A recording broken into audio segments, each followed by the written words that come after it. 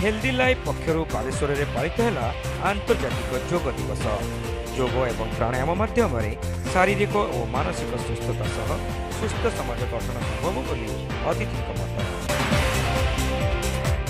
भारत सरकार आयुष मंत्रालय एवं Morarji Desai national institute of योग सहयोग में बालेश्वर हेल्दी लाइफ योग महाविद्यालय जातीय सेवा योजना एनएसएस पक्षर एकादश विश्व योग दिवस स्थानीय आयुष्मान कल्याण मंडप परिसर में पालित हो जाएगी। एने आयोजित कार्यक्रम में बस्ता विधायिका सुभाषिनी जेना मुख्य अतिथि भाव जोगदे यह उद्घाटन करने सह योग दिवस पालनर आभिमुख्य संपर्क में आलोकपात करते। योग शिक्षार प्रचार प्रसार में हेल्दी लाइफ उद्यम बेस प्रशंसनीय बोली श्रीमती जेना कहते। गोटे अभ्यास नुहे योग होउछि मन शरीर एवं चेतनार समन्वय। जदि आमर मन शरीर चेतना एकाठी भावरे काम करिबो ताहले आपण मते देखंतु मु केमिति सुस्थ निरामय जीवन यापन करुछि। ता छाड़ी मते समस्ते कहती अपा तमे सकाळु 6टारू राति 12टा गुटे पर्यंत केमिति दौड़ी पारुछ। ये होउछि योगर महात्मा।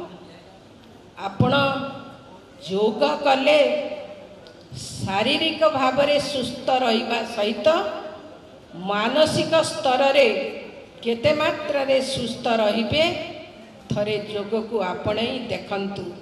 Purvanchal zone police DIG doctor Satyajit Nayak यह कार्यक्रम में बरेण्य अतिथि भाव जोगदे निरोग शरीर गठन उत्तम स्वास्थ्य रक्षा एवं मानसिक भारसाम्य रक्षा योगर भूमिका सह प्रधानमंत्री नरेंद्र मोदी एक पृथ्वी एक स्वास्थ्य संपर्कित आह्वानर गुरुत्व संपर्क में आलोचना करथिले। पृथ्वी प्रति एक बृहत अवदान जहाँकि हजार हजार वर्ष पूर्वर योगा आमर भाई भारत माटी रे से माने एटा को पालन करुथिले एवं जून 21 2015 परठारु जातिसंघ या अंतर्राष्ट्रीय योग दिवस भाव में घोषणा करिछि। आजिकार समाज रे जेभली भाव में आमर स्ट्रेस टेंशन एवं लाइफस्टाइल डिजीज जोटा कहते आमर डायबिटीज टू आरंभ करी ब्लड प्रेशर एवं विभिन्न प्रकार रोग ग्रास करिछि।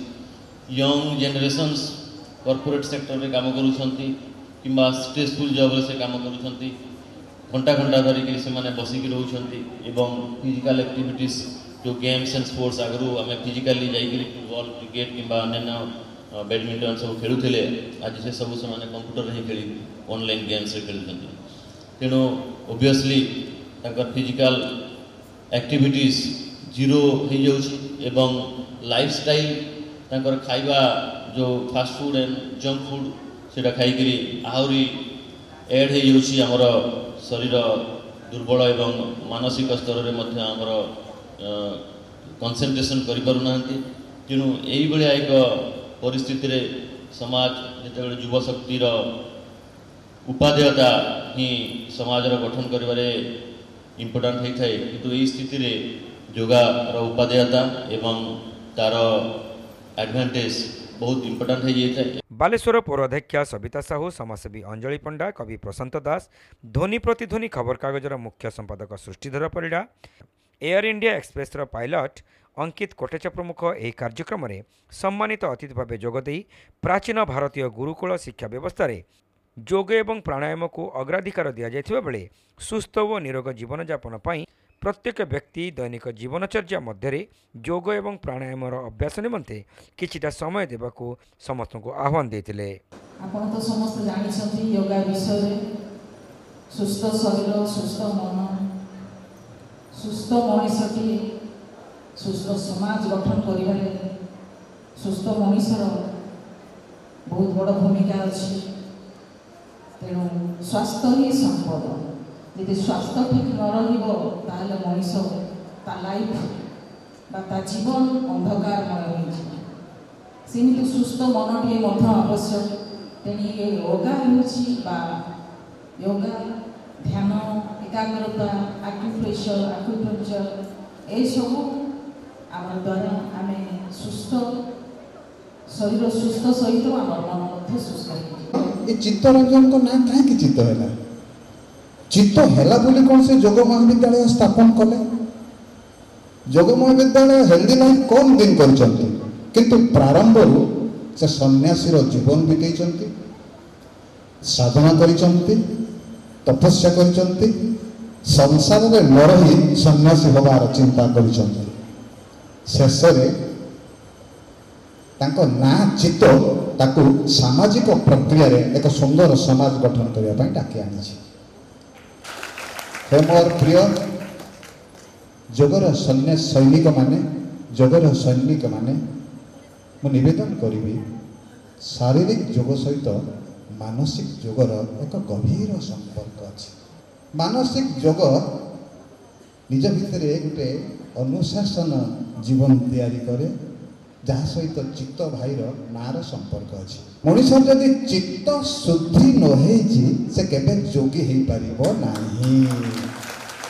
যোগ প্রশিক্ষণ অনুষ্ঠান institute of nature cure and yogic science and healthy life ଯୋଗ ମହାବିଦ୍ୟାଳୟର ପ୍ରତିଷ୍ଠାତା ନିର୍ଦ୍ଦେଶକ ଡାକ୍ତର ଚିତ୍ତରଞ୍ଜନ ସାହୁ ଏହି କାର୍ଯ୍ୟକ୍ରମରେ ପୌରୋହିତ୍ୟ କରିବା ସହିତ ଅନୁଷ୍ଠାନର କାର୍ଯ୍ୟଧାରା, ଆଭିମୁଖ୍ୟ, ଯୋଗ ଏବଂ ପ୍ରାକୃତିକ ଚିକିତ୍ସା ଶିକ୍ଷା ପ୍ରଦାନ କ୍ଷେତ୍ରରେ ହେଲ୍ଦି ଲାଇଫ୍ ଯୋଗ ମହାବିଦ୍ୟାଳୟର ଅବଦାନ ସମ୍ପର୍କରେ ବିସ୍ତୃତ ଭାବେ ସୂଚନା ଦେଇଥିଲେ। Ministry of Ayush department under रे हरित योगा आज विश्व योग दिवस पालन करने आमको भारत सरकार आम कॉलेज को एक निर्देश देते, तेणु बहु संख्यार युवक मानक सामिल करने गछ सहित मनुष्यर संपर्क को बढ़ावाई हरित योगा नाम आज भारत वर्ष रे आज विश्व योग दिवस रे योग सहित मनीष को गछ सहित मिसेबार योग सृष्टि करिवार आज कार्यक्रम आमको निया जाइछि। एथिरे आम कॉलेजर ए अंचलर विभिन्न योग प्रेमी माने भाग नैचंती, तेणु आमको ये कार्यक्रम संपादन करिया को पड़िथिला। आमे योग दिवस रे आम हेल्दी लाइफ तरफ आम समस्त को मेसेज दौचु, ये योग दिवस रे गोटे आमर योगर जन्मदिन, तेणु योग करंतु गछ लगांतु। हेल्दी लाइफ जोग महाविद्यालय अध्यक्षा देवी अर्चना कार्यक्रम परिचालन करथिले। एही अवसर में माँ पाई वृक्षटीए आह्वान क्रमे हरित जोग अभियान अंतर्गत वृक्षचारा बंटन करा जायतिला। कार्यक्रम में विभिन्न महाविद्यालयर एनएसएस स्वेच्छासेवी सह बालेश्वर सहरर बहु विशिष्ट व्यक्ति योगाभ्यास करथिले।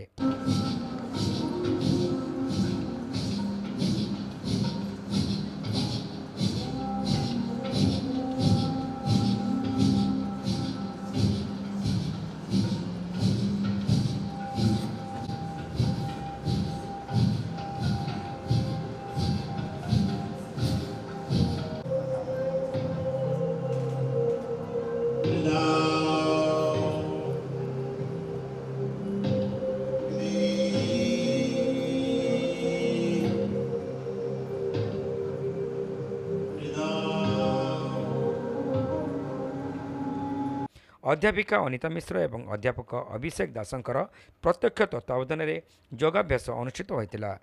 कांतिकृष्णा पाणिग्राही, सविता राणी दास, मंदाकिनी जेना, सुरजित सिंह समेत सुभद्रा साहू, देवस्मिता बेहेरा, चारुयज्ञ स्वाई, सुकांती महंत, करण बेहेरा, एकता महंती, चंद्रकांती दास प्रमुख महाविद्यालय छात्र छात्री यह कार्यक्रम में सहयोग करथिले।